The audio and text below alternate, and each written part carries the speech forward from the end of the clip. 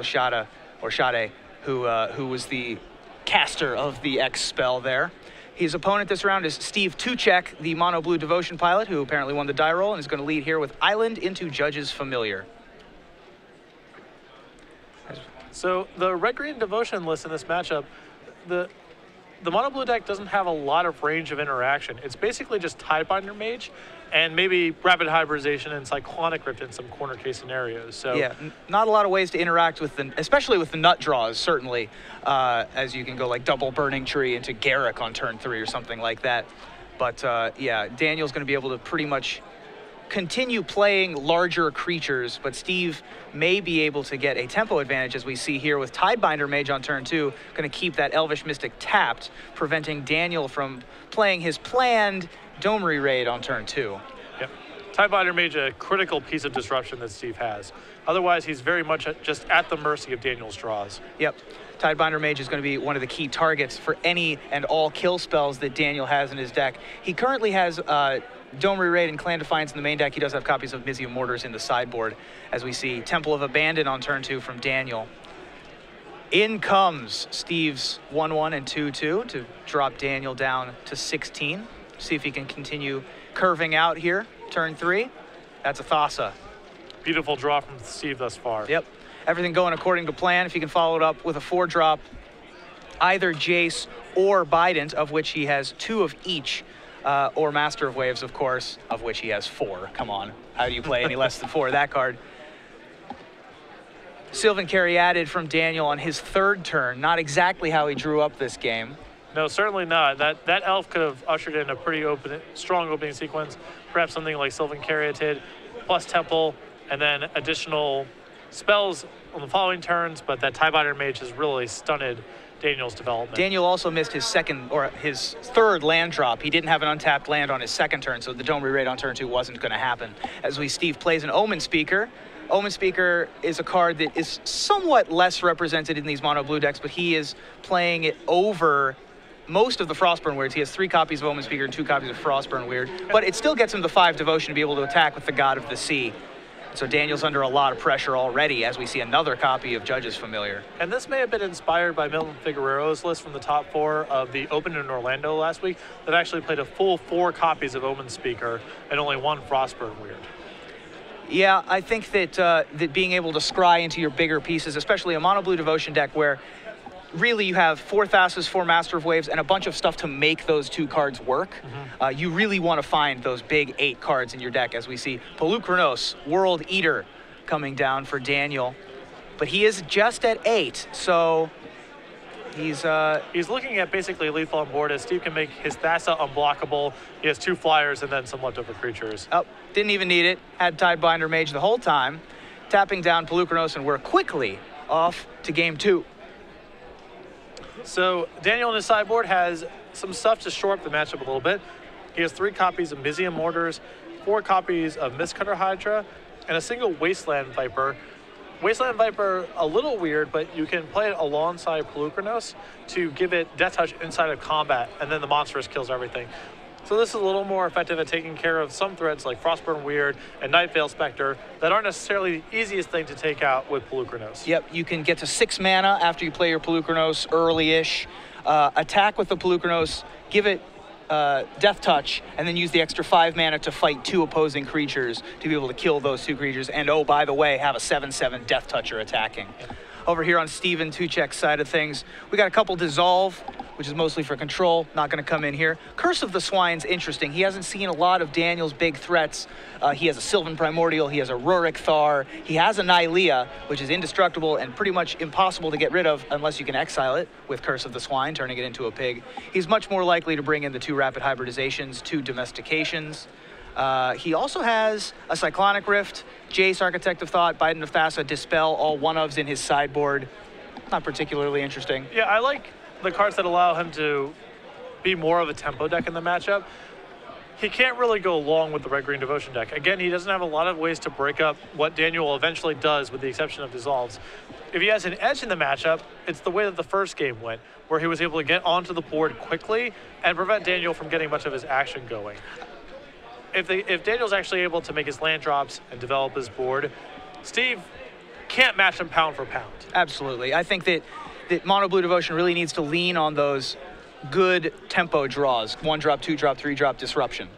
Right, as lopsided as that game was and appeared, if there isn't a tie binder mage on turn 2, if that's a Frostburn weird, and Daniel's able to do something like play Sylvan Caryatid and his Temple and go into his 3rd turn with all that mana, who knows what he can do. I mean, the deck is capable If Daniel of had an untapped land on turn 2 to be able to play that Caryatid on turn 2, the game is completely different because the Pelucranos comes down a turn earlier, the Domri Raid probably gets to come in and fight something. Yeah, so the Red-Green Devotion deck is very sensitive. When it stumbles, when some critical pieces, especially the mana creatures, get disrupted, it can look pretty anemic and die with a bunch of 5 and 6 mana nonsense in its hand. But as we've discussed, the Mono Blue deck can look pretty anemic at times too when it's got no cards in hand and you top deck Cloudfin Raptor. Right. When the Red-Green deck is actually able to get its action going, it does things power level-wise that no deck in the format can really match. But it's just about getting through the first couple of turns with your mana developed. That means having red and green mana. The deck is sometimes missing red. That's a thing that comes up. Having mana accelerants. Sometimes it doesn't have a mana accelerant every game. That's the thing that comes up. And then actually having its mana creatures survive and allow it to develop to the middle turns of the game. Yep, it definitely has the best god draws in the format, as we've seen. When Mahara played this at the Pro Tour, I believe we saw some Burning Tree Emissary-fueled god draws that dropped Garrix on turn 2 and things like that. Yeah, as you see Daniel take a mulligan here. I know I saw a tweet from Owen Turtenwald a few months back. I think this might have been at the New Jersey tournament, maybe somewhere in Vegas, where his opponent went turn 1, Forest, Elvish Mystic. Turn 2, tap the Elf in the Forest, Burning Tree Emissary, Burning Tree Emissary, Burning Tree Emissary. Nykthos, tap Nykthos, Garrick, minus Garrick, put World Spine Worm into play. So its best draws, for example, put a 15/15 into play on the second turn. On the second and turn still of have the your game. Garrick left over. That's a perfectly reasonable draw, I would say. So, you know, I played against this deck a lot online. It can go from 0 to 60 so fast, especially with Burning Tree Emissaries, that you can't discount it even when its board looks pretty anemic, because Nykthos and Burning Tree Emissary enable some pretty explosive draws and some pretty explosive comebacks as well. Yep, certainly not a diesel engine. That thing gets up to speed real quick. Whereas the Mono Blue deck, much more curve oriented. If it misses any spot, it can falter. It's not really at the mercy of its own draws, because you have a lot of scry in the form of Thassa and Omen Speaker, as well as draw in the form of Biden of Thassa and Jace. But if the top of your library isn't cooperative, you might just hit a land pocket, and if you miss a turn, then you're in real deep trouble. Yeah, the flip side of that is it has fewer draws that are literally non-functional compared to the red-green deck, which gets draws that gets a bunch of 5 and 6 mana stuff. A mana creature gets killed, it can't cast anything in his hand. The mono blue deck doesn't fail quite on that level, but it is still sensitive to hitting its drops in the right order. Now, we've been seeing a lot of success from blue-white control and Esper control today. In this matchup, we have a Devotion Mirror that it doesn't include Mono Black, but Mono Black's still a dominant force in this tournament. With several of the top tables still have Mono Black, even some Mono Black mirrors near the top. Do you think that this is a tournament where Mono Black should be in fear of what it has to face along the way because it's quite the target? Not from what we've seen on camera so far. It's been, I mean, the cards that are specifically targeted are fairly narrow in scope. We're talking Blood Baron, Assemble Legion. There's a lot of decks that have okay matchups with red-green, or sorry, with Mono Black rather, but there aren't a lot of dedicated cards you can play to really cheat the matchup. We see turn 1 Temple of Abandon from Daniel, and then keep it on top with the Scry. Can't really be too happy about that, says Steve. As we see Cloudfin Raptor off of an island on turn 2. Another Temple on turn 2, as well as an Elvish Mystic for Daniel. And here comes a Judge's Familiar. That spells no second land, I think, to me. Yeah, as you can see, Steve's got multiple Tidebinder Mages in his hand, it appears, but they just can't be cast. 2 Tidebinder Mages, but only 1 island with which to cast them. That's not going to do, as Daniel is going to be able to play. Looks like he's going to go with Domery Raid on turn 3. Might have some mana issues of his own over there. Nope, never mind. Faked me out. Yeah. No, he's doing good. He's got a Pelucranos, a Domery. I mean, a lot of power in his hand. Yep. He just has to decide how he wants to proceed here. How would you play this turn? Would you drop the Planeswalker or would you drop the giant creature? I can't. Or the mana guy. He had all the choices here. Okay. I think that I suspect I would have cast Pelucranos on that turn, but this is also totally fine. Yeah, because he'll be able to untap with 6 mana regardless of whether he finds another land. As Steve attacks with Judge's Familiar and Cloudfin Raptor, the danger there that Daniel's playing around is if he does find the island on top, Tidebinder Mage is really just countered your entire turn, right. And he wants to get all his mana into play. 7 mana available for Daniel Schade. I keep mispronouncing his name, I apologize. It is Schade, with the emphasis on the first syllable. There is Pelucranos for 4 mana. And he's going to use the monstrous ability right now, X equals 1, to be able to shoot down Judges. He's going to play Domri Raid. Different route here. That's probably better. Yeah, I like this route a little bit better. Well, so he's going to use it to fight, and the fight gets countered by a rapid hybridization, and Domri goes down to 1. Because of the threat of rapid hybridization, I would have been fine with playing Domri and plussing it, because there's no threat that it dies, but that play was very risky against a copy of rapid hybridization, which Steve had, and now, Daniel's really at the mercy of the top of his deck. He does have a 3/3, but not a lot else, and if Steve finds a second island, all hell breaks loose. Yep, absolutely, as that is going to be able to lock down the Frog Lizard that Daniel currently has in play, which is the largest thing in play right now, and it's going to enter the red zone alongside the Elvish Mystic and the Voyaging Satyr, attacking Steve down, probably down to 15. We're not going to chump block with the 0-1 here. Nope. And Daniel simply passes after that. There's a Mutavault, not exactly what the doctor ordered, but we might be able to cast an Omen Speaker or something along those lines. Yeah, this would be a really good spot for Omen Speaker. See if he has another 2-drop in addition to those 2 Tidebinder Mages that he has in hand.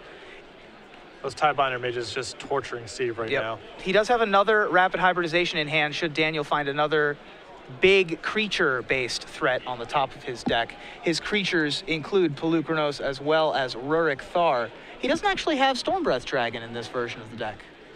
Yeah, he has a couple of weirdos. He has a Sylvan Primordial, a Rurik Thar that you just mentioned too, a Nylea that you don't see in every list. And 3 Arbor Colossus. And what he uses that rapid hybridization on instead is to make a Frog Lizard of his own. So after Daniel attacks, he's going to be able to evolve both Cloudfin Raptors and block the Voyaging Satyr, as well as block the Elvish Mystic with the now 1/2 Cloudfin Raptor. So off of just 1 blue mana, Steve is in pretty good shape. Yeah, all sorts of tricks at his disposal, and he's just now drawn the second island. And he's been able to not only keep parity, but sort of take an advantage off of just that 1 island, and now with 2, he's going to be able to start going on the offensive, attacking for 7 here. A pair of 2/3 Cloudfin Raptors and a Frog Lizard after the Tidebinder Mage locks down that Frog Lizard on Daniel's side of the board. That should remain tapped. Now this is basically mortars or bust. I mean, this game has shifted that fast. Yep. He does have the 6 mana there.